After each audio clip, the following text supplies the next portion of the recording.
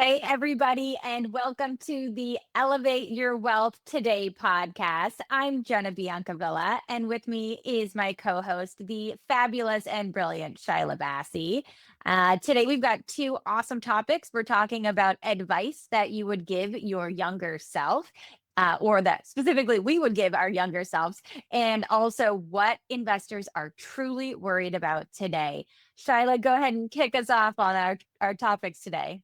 Oh my goodness. When I think about just the idea of going back to being 25, there's so much that comes to mind on the advice that I would go back and give myself. I'm excited for this conversation today because I think when we consider what we know now and all of the great tools that we could go back and give ourselves, there's a lot to share. And so this topic is it's current. We recently had an opportunity to connect with a client of ours, really thinking about how she's just graduated from college, considering, well, what does savings look like now that I've got a new job?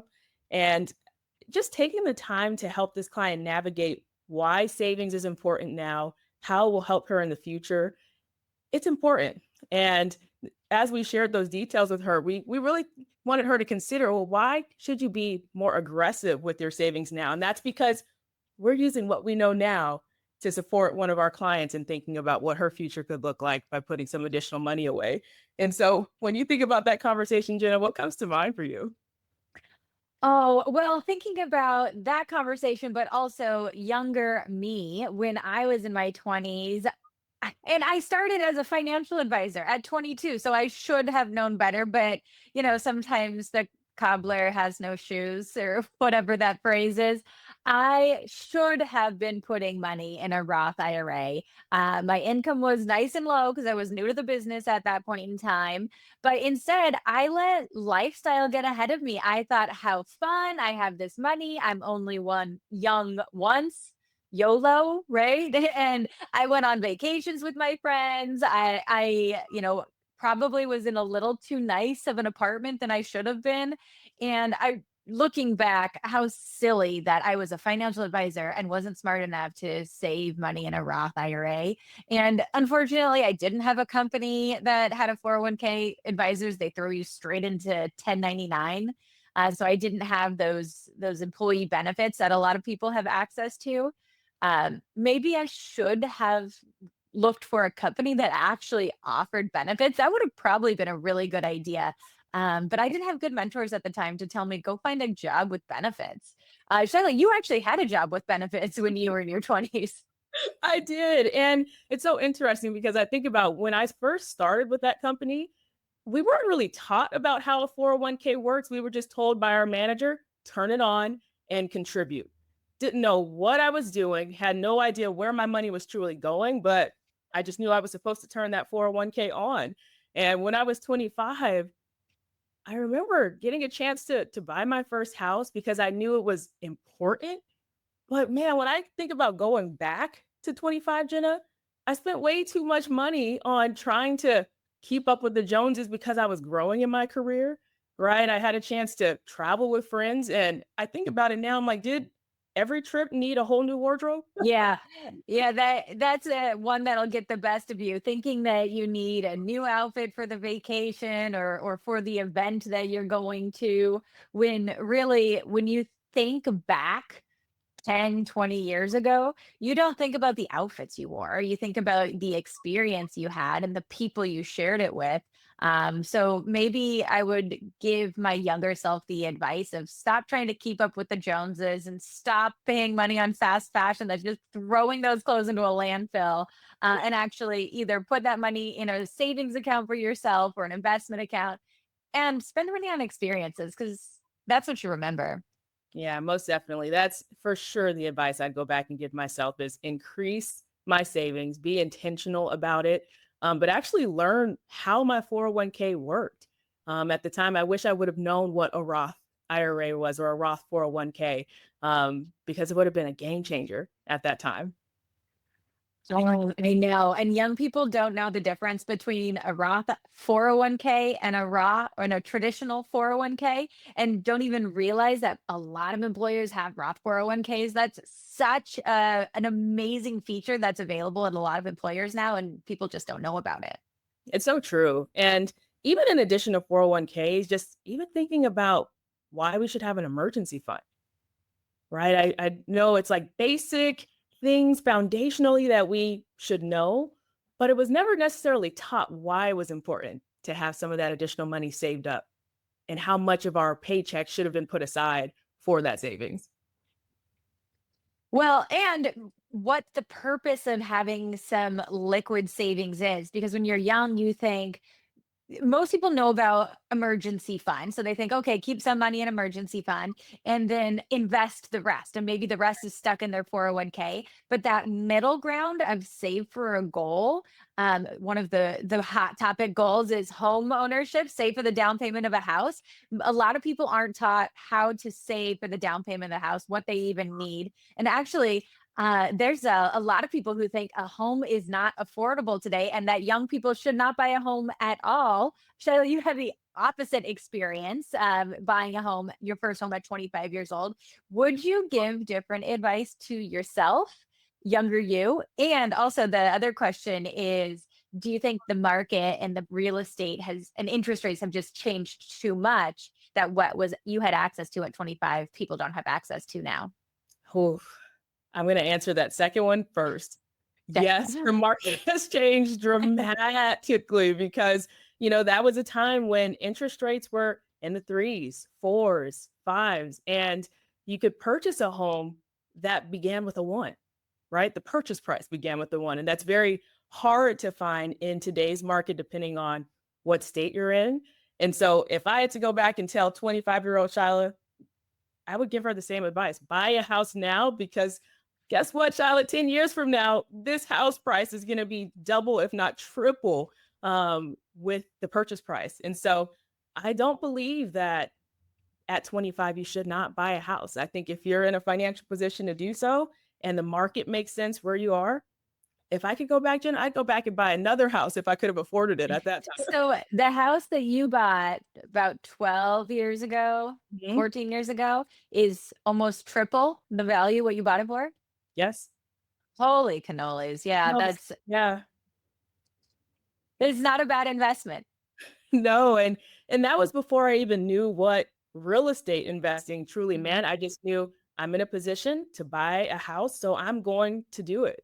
And I when I think about going back and how the possibilities of if I could have purchased more and had tenants or even positioned myself, this is getting in depth, but just positioning myself to buy a duplex, right? Live on one side, rent out the other. There's so much I would have done creatively at that time had I known more.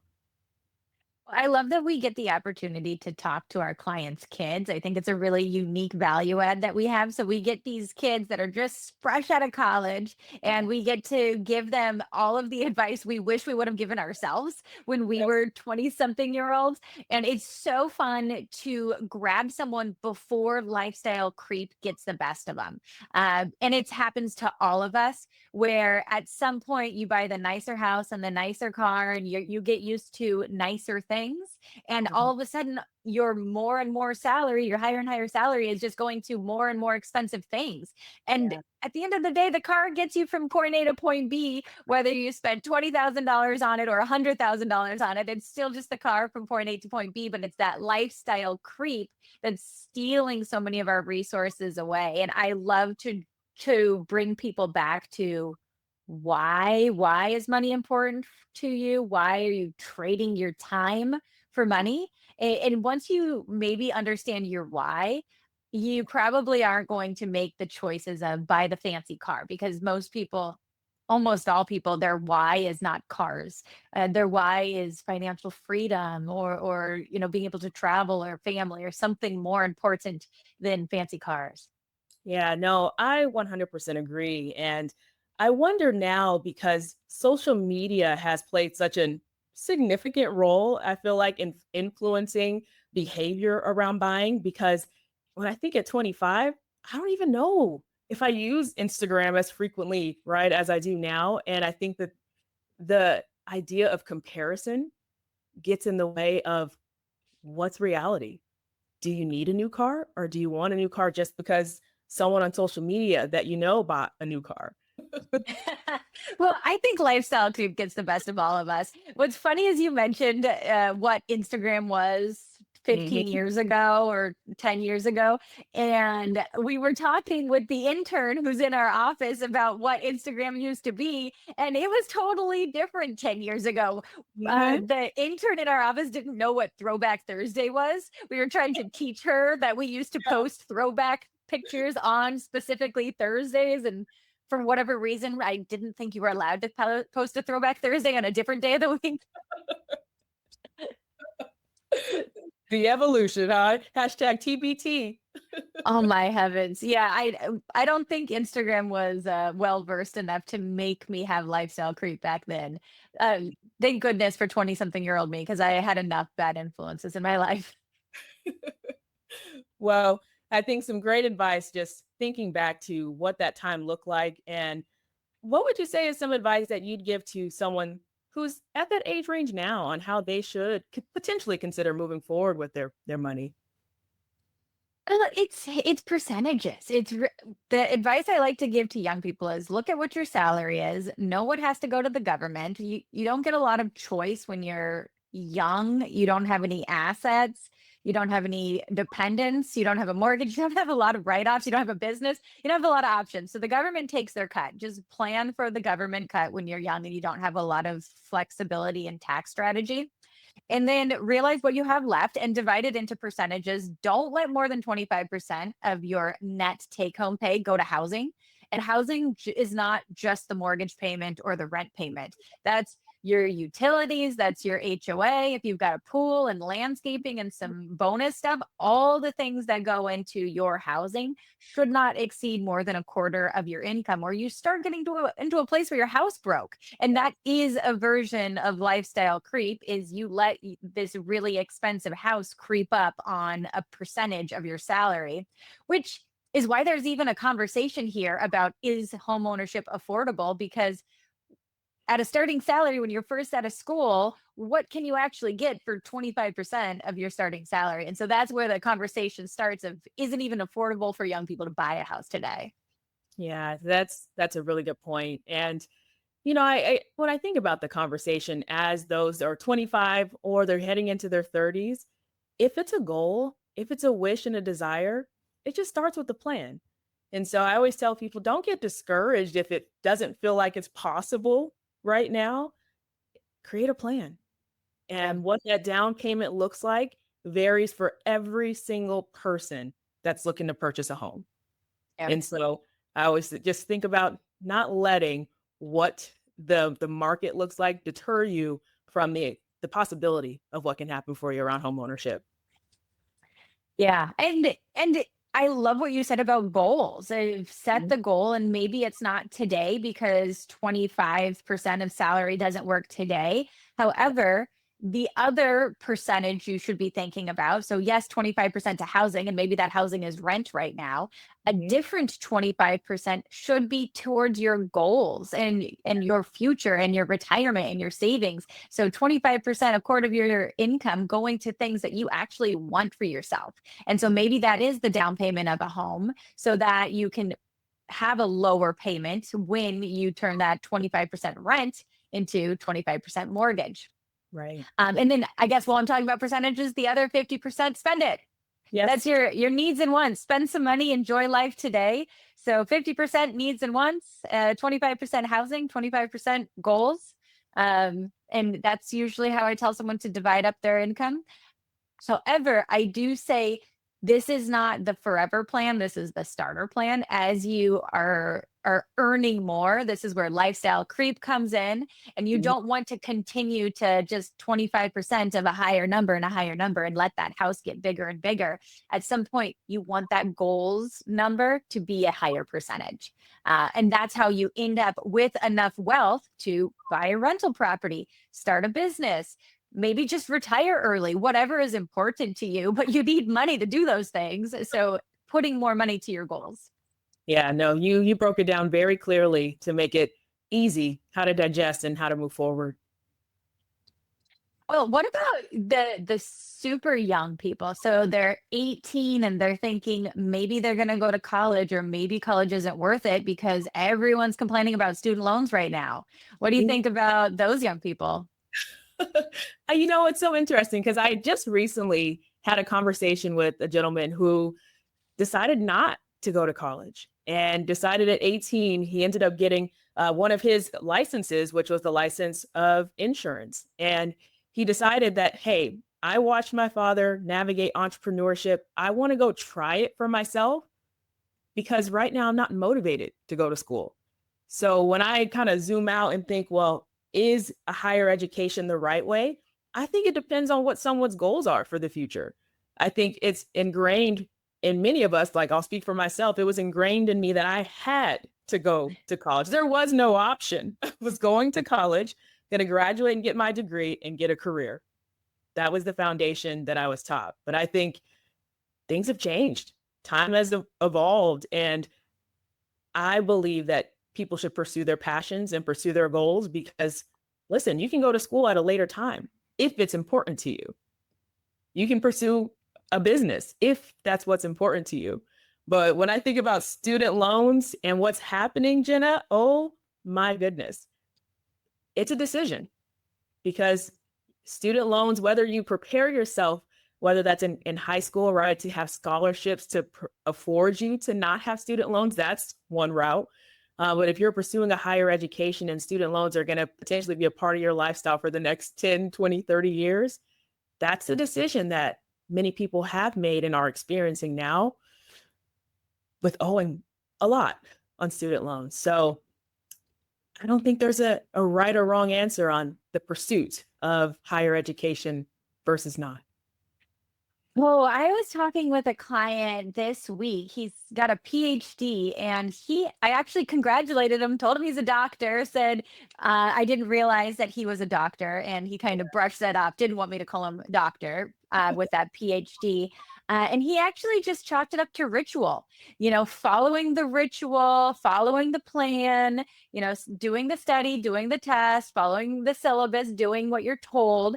And it was a really interesting perspective on education, is following a ritual or a plan, which translates well to working for a company and working with a team and following the rules and doing your job description. However, I was having a different conversation this week with an entrepreneur friend, and we were talking about how this doesn't translate into entrepreneurship and business ownership well at all, because it turns off the creative, think out of the box, do something different. If you want to build a successful business, most likely you have to do something slightly different than what everyone else is doing to differentiate yourself, which is kind of the opposite of what you learn in college. Is in college, it's a really good if you want to be a doctor or a lawyer for a big firm, or even a financial planner for a big firm, like those big high profile jobs. You're probably going to need to know how to follow the rules so that you could work for a hospital and follow the rules. But entrepreneurship is a big question mark right now. However, I wouldn't recommend following in the footsteps of being a business owner straight out of school, straight out of high school. I feel like I learned so much working for other companies before I launched a company of my own. Mhm. So I could argue this both ways all day long. That's how I feel. I'm like, it's truly, it depends. It's so situational. And I even just think about the number of people who I know in my life that had specific degrees that they graduated with are in and they're in career fields that are completely different from what they Hmm. studied. Yeah. But the college experience created community and lifelong friendships, which I think that's one of the biggest takeaways that many people get out of their college experience is the relationships that they build, even if they don't specifically use a degree that they went to school for.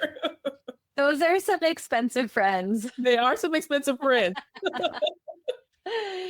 So, on the financing of college side of things, I actually say this to young people because I regret not applying for more scholarships.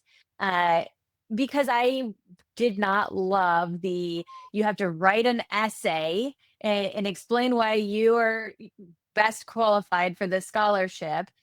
and the scholarship was only $1,000, and the $1,000 felt like it was such a small part of this huge college bill that it wasn't even worth it. And I'll just figure it out when I graduate from college. I'm going to make $100,000 a year when I graduate from college. I don't know where that got in my head. That's when Mhm. I decided my starting salary was going to be.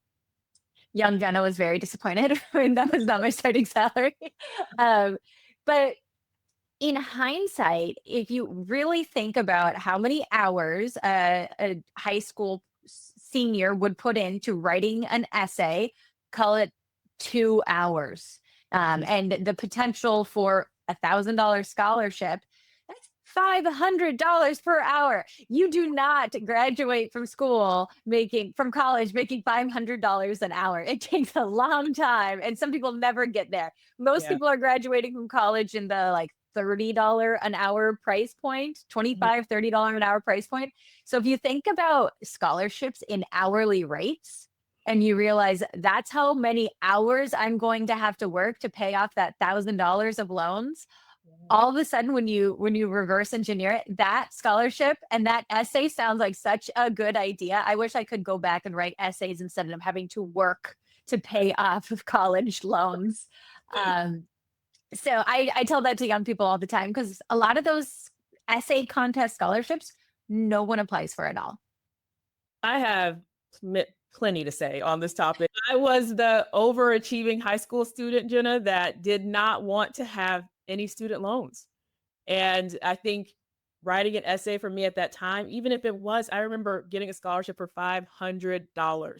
Yes, there's scholarships, but there's also what extracurricular activities can you be a Mhm. part of in school that you enjoy, that you love, that can help play a role in your application to the schools that you apply for. Um, and that helped. That helped for me, Jenna, as well as just being okay with writing that essay that you talked about and getting the 500 here, the 1,000 there. It all added up to be in a position, fortunately, to not have a ton of student loans. So what was your extracurricular? What was the thing that got you into college? I was a busy high school student. So I was, we'll say senior year, I was senior class president. So I was planning all of the things on campus.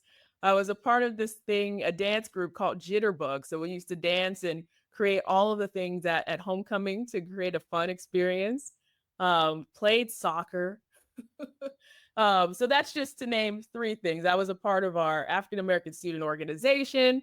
So I just had a full high school resume. Plus, I had a job in high school. So I just had a few things to share Oh, about my ability to balance coursework and be an upstanding student at the universities I applied for. you've always been an overachiever. My 20-year high school reunion is this year, and I didn't realize if you're student body president, you have to plan it. So are you in charge of planning your class reunions for all of perpetuity? Did you know you were signing up for that? So in high school, no, I did not know that's how for you signing up for getting into college for free. But I did have a chance to plan the 10-year with some of the council at the time, and yeah, 20 years is around the corner. So I know the messages will be coming soon. What are you doing, Shyla? Oh, planning committee forever. This lifetime Forever. commitment that you didn't realize you were signing up for. Yeah, Would you tell younger you, like, heads up, you're signing up for a lifetime commitment? I would have given myself the heads up. And funny enough, I probably would still stick with the plan because it paid off. And I can ask for help. And many people want to be involved in it now. So it's not just me. I just got to spearhead it. Well, okay, so you were really good at putting yourself in a position to not have the loans in the first place. Not everyone is an overachiever like you, Shyla. I think I graduated college. I worked through college, so I paid for a lot of it, but I still think I graduated with about $30,000 in student loans. So not, crippling debt, but still I had to figure out how to pay that off when I was a young person. And it was different. My student loan interest rates were 5, 6%. I think they're a little bit higher now. And these students don't have a high. I've seen some doctors who aren't making enough money yet. They're still early in their doctor career.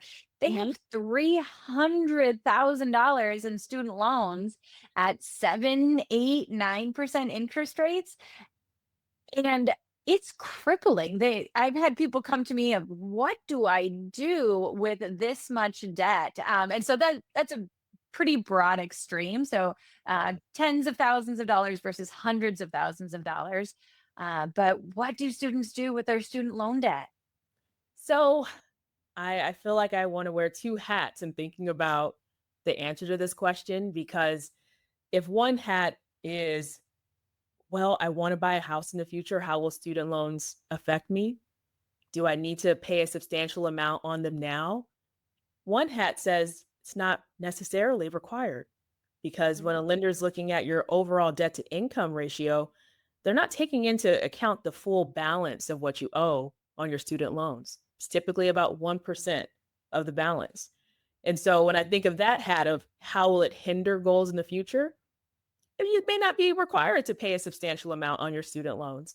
But if the goal or the feeling is, I want to be debt free, I want to not have to worry about owing someone, then you want to create a plan and a strategy with your servicer on how much can you pay that puts you in a position to still feel comfortable and not stretched. So I think the hat is dependent on what the long-term goals are, Jenna, and everyone's amounts that they owe are so different. Well, and those percentages I was talking about earlier all get wiped out and changed entirely if a huge chunk is going to debt servicing. So Right. those percentages assumed you didn't have debt to pay off. But having a large debt payment does hinder you from being able to save for your goals. So being able to get on top of it is so important. Something that I did, and I coached some of my friends and even a couple of clients' kids to do, was there was kind of a game you could play within the federal student loan servicing companies. Yeah. And I am very specifically say within the federal student loan servicing companies because I never want to see someone take a federal student loan and bring it over to a private institution, because you don't get all the same benefits, like the benefit you just shared of only 1% is considered as debt obligation for a mortgage loan. There's a lot of benefits if it stays federal. So I always recommend people stay federal. But within the federal loan servicing companies, you can actually play a game where you see that one is offering a little bit of a discount and a consolidation. At the time, every time that I've seen it, they would do a consolidation for free. So you would jump from one servicing company to the next servicing company, and they'd give you a lower interest rate. And then when you set up your automatic payments and they give you a little bit more of a lower interest rate, and then you'd sit there for a couple of months and then you'd see someone else offering a feature and you do the paperwork to jump over there. And so I think I brought my student loans from like a 6.5% all the way down to a 3.5% just by playing a game, and moving every single time there was an offer. But there was no fees for the jump. So sometimes these companies will offer a fee. They always stayed federal, and I jumped around. And I think it looks like our interest rate environment is coming down a little bit right now, Yeah. to be determined if that's actually what continues, if that trend continues. But if interest rates are falling, you might see some of these federal servicing companies that start offering these different lower interest rate consolidation programs for getting a lower rate on your student loans, which can alleviate a little bit of that pain. It can. And you just made me think of something for people. It's just to be proactive. Call and find out what your options are. You don't have to sit and see that statement and get frustrated, concerned, or even have some anxiety. Just call and see how they'll work with you so that so your student loans don't feel like a burden. Yeah, I haven't had any luck calling a lender and saying, "Hi, I don't want to pay this anymore." They'll do a restructure of your payments. So Mhm. they'll do the income-based payment, or they'll restructure your payment schedule. But I haven't seen them just say, "Surprise, I will lower your interest rate just because you called." I No, guess the the one caveat is there is sometimes a lower interest rate for auto payments established if you set up automatic payments. But if you want a lower interest rate aside from the auto payment, you have to jump from one to another, and it's a pain in the butt. It's a lot of paperwork. So it's really time and money. Do you need more money or do you need more time? And if you need more money, use your time to jump ship from one servicer to the next. Hey, it sounds like it's worth it. So Anything else that we want to share as advice to our younger selves? I think we've touched on a big piece of it. I feel like really leaning into saving more and being intentional about saving more because of just how it would have impacted me 10 plus years from that point. That's what I would lean into and telling my 25-year-old self. Well, set a goal. I know retirement sounds like so far away.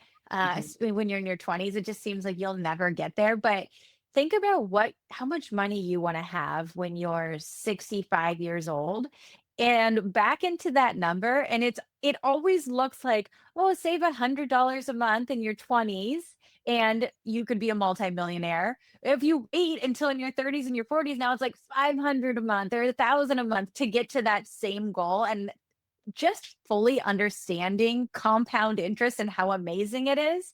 I feel like that is the last thing I want to tell my younger self. All right, moving to our next topic, we want to talk about what investors are truly worried about today. What do you have top of mind on this subject?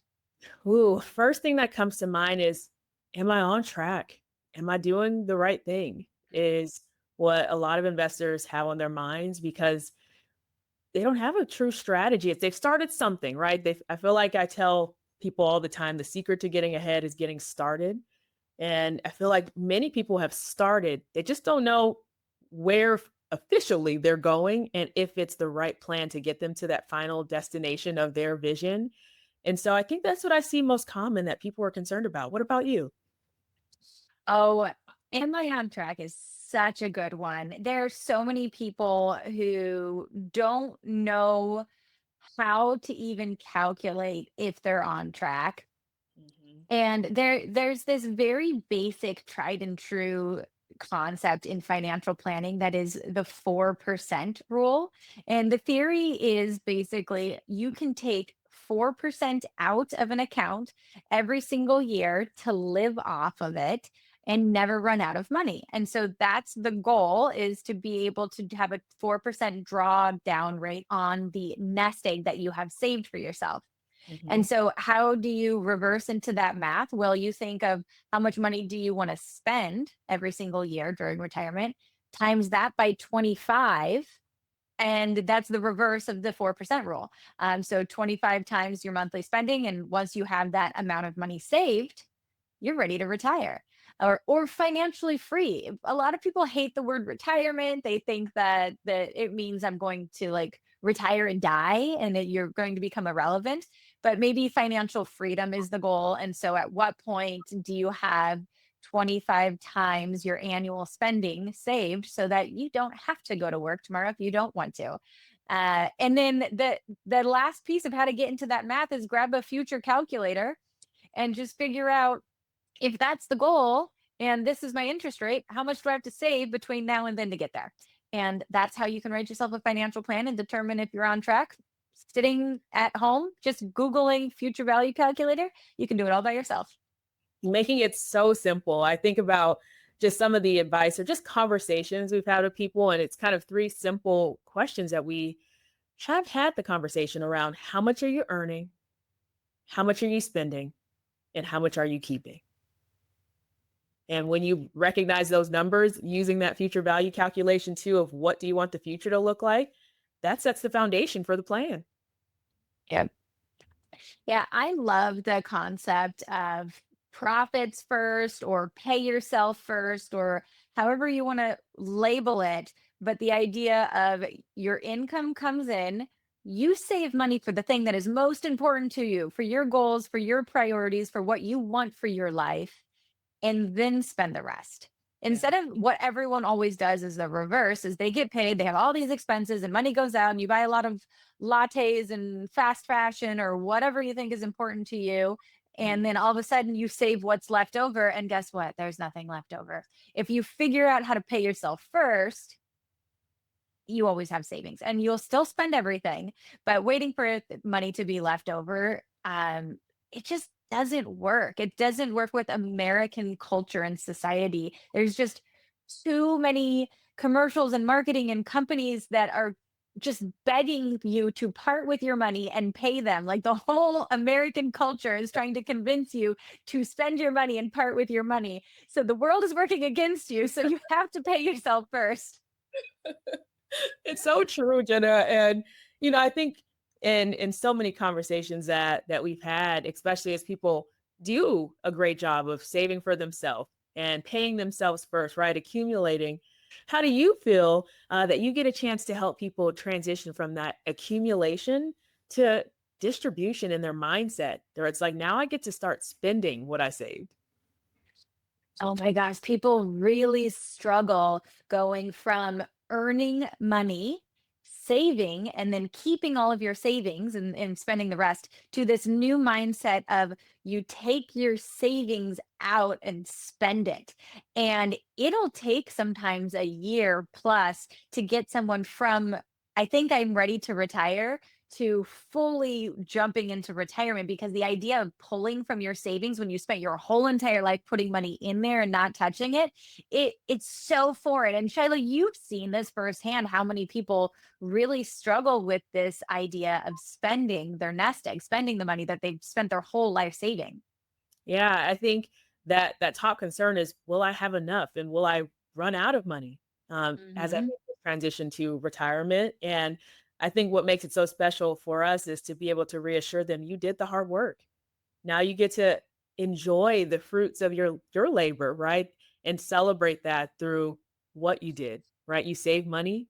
Now you can strategically spend it because you deserve to.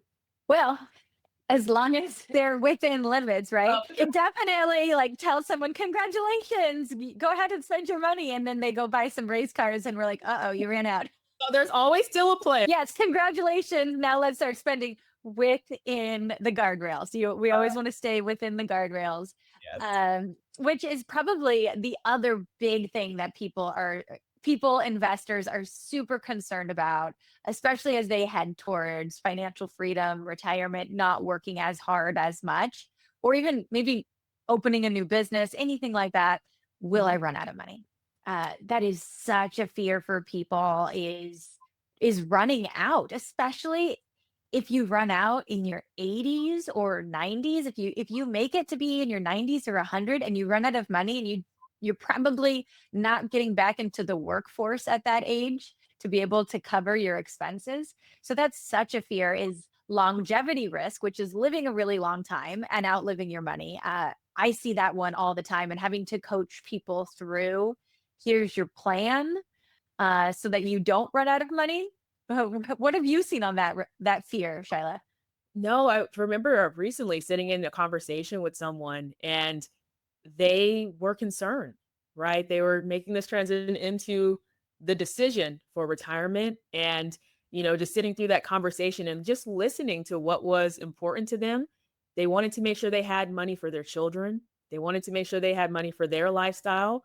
And it was just beautiful to watch their sense of kind of anxiety to now relief when they got to see it on paper.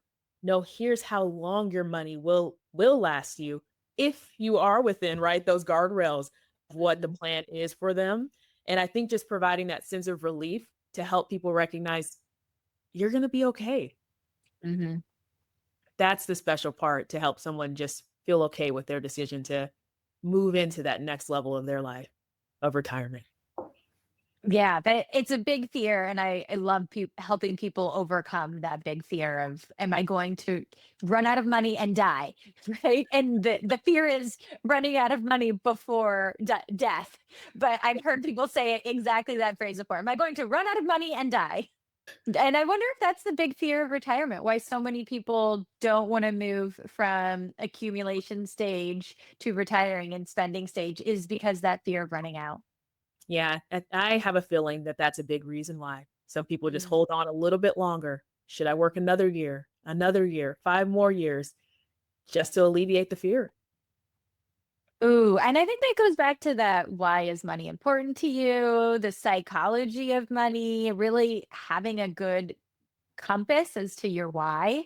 Because I Mhm. think if you have that life purpose and that why, a lot of times it's family, it's time with grandkids, Yeah. then maybe you don't need to spend so many years working and you can move to financial freedom and start spoiling those darn grandkids. It's so true. And I think something that's fun to consider is like, whether retirement is the goal or work optional too, Jenna. I think sometimes people resonate with that work optional lifestyle where it's like, I'm not coming to a complete stop. I'm just working a little bit less. I get the choice if I want to work as hard or as little when I make that transition. Ooh, and I like passion projects. I love being able to transition people, especially sometimes young people in their mid 40s, from grinding.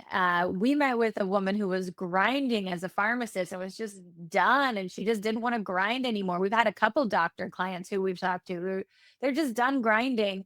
But they're still young. They're still in their early 40s, mid 40s. So instead of retirement, it's actually just move to something you're passionate about. Maybe you want to be an educator or teacher or philanthropist, or you want to open a business and sell soap or Yeah. perfume or whatever it is you're super passionate about instead of grinding so hard. I love that version of work optional, especially because I'm such an entrepreneur. I love helping people launch new companies. It's so hard. It's a different kind of grind, but it is truly a passion project for a lot of people. Yeah, I think it goes back to what you shared of understanding the why and where you're going with that vision in life. And it's okay if it looks different than completely coming to a stop. It's completely okay. Yeah, I think that's probably what if I ever get to retirement, what it looks like. I love working, so I think I'm a one of those. I won't retire. I'll is that what I'm gonna do? Slow down a little bit. I But just I think love my clients way too much to retire. I love my team way too much to retire. work optional, what they say, turn down the volume just a little bit. Yeah, no one likes that really older person that's still hanging on but isn't really doing quality work anymore. So, yeah, turning down the volume is probably necessary no matter what line of work you're in. Yeah. No, this is great, Jen. I think a good topic for what so many people are experiencing or just holding them back from making the decision on what they should do next with their next chapter or next season of their lives. Ooh, I like this topic. We'll have to throw this as one of our future conversations. Psychology of money and the thoughts that are holding people back. I like this topic. I know we're already over on time today. So this has been so much fun chatting with you, Shyla. Thank you so much for this wonderful topic.